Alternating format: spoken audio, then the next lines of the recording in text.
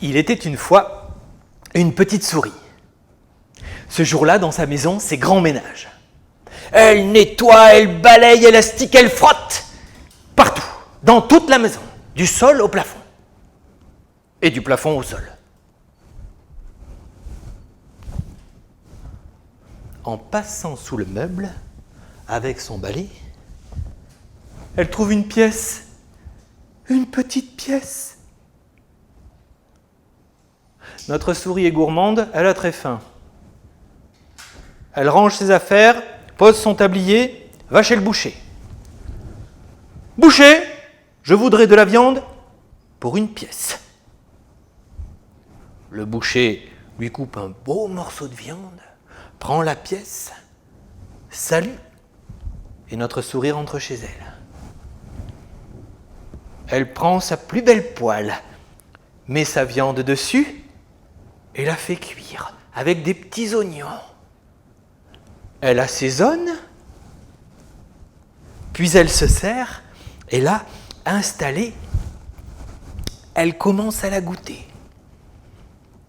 Oh, elle est tellement bonne, sa viande, que elle en reprend encore, jusqu'à ce que son ventre soit bien rempli. Elle n'a pas tout fini, il en reste la moitié.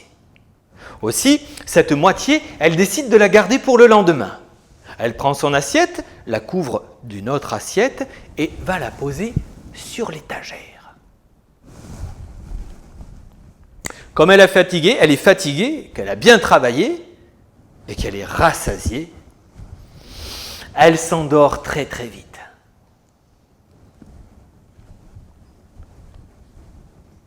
Pendant la nuit, un voleur s'introduit dans la maison de la petite souris. Le voilà qui passe par la fenêtre. Il cherche à tâtons dans tous les recoins de la maison et tombe sur l'étagère.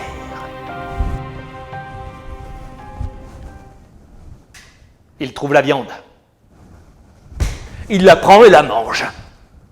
Puis, une fois repu, il repasse par la fenêtre, referme derrière lui. Sans bruit, il s'en va. Le lendemain matin, notre petite souris se réveille et elle a faim. Aussi va-t-elle à l'étagère récupérer son assiette. Plus de viande. Tout de suite, elle comprend. Un voleur est venu et lui a pris sa viande, sa nourriture. Alors, elle va trouver le juge. Monsieur le juge, un voleur est venu chez moi et il m'a volé ma viande.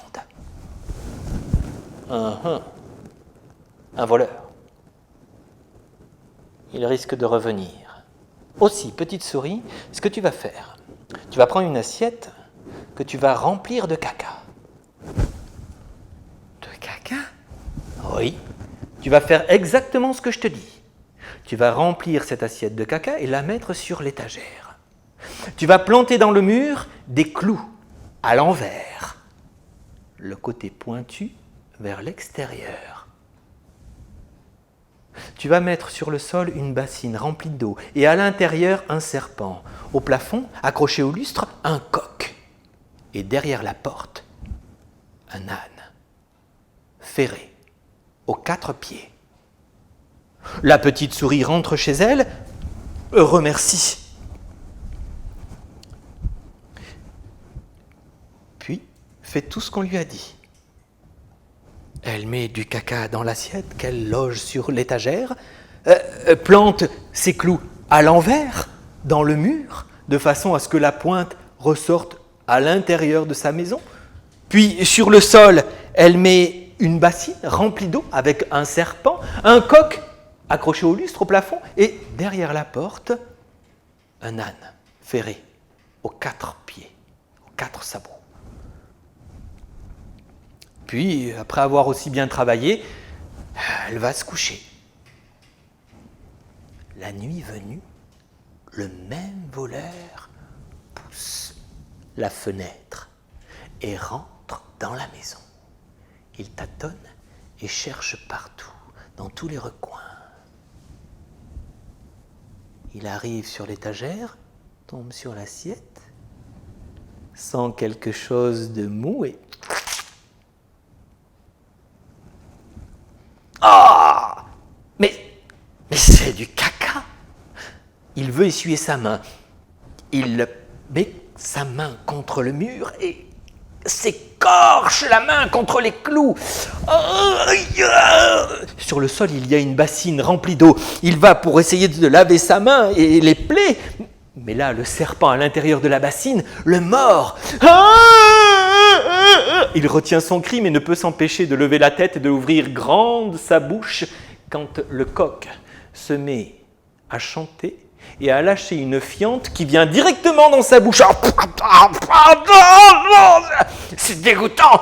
Le voilà qui sort par la porte de la maison sans même penser à repartir par où il était rentré, par la fenêtre. Non!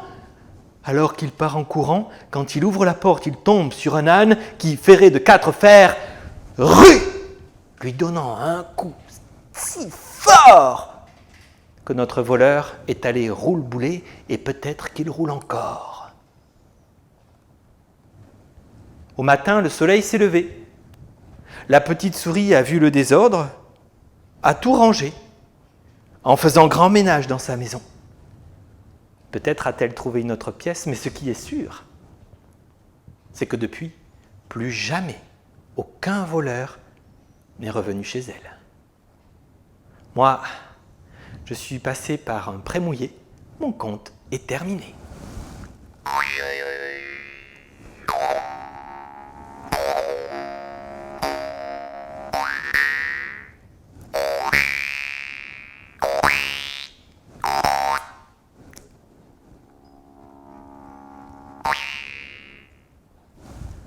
Merci de l'avoir bien écouté.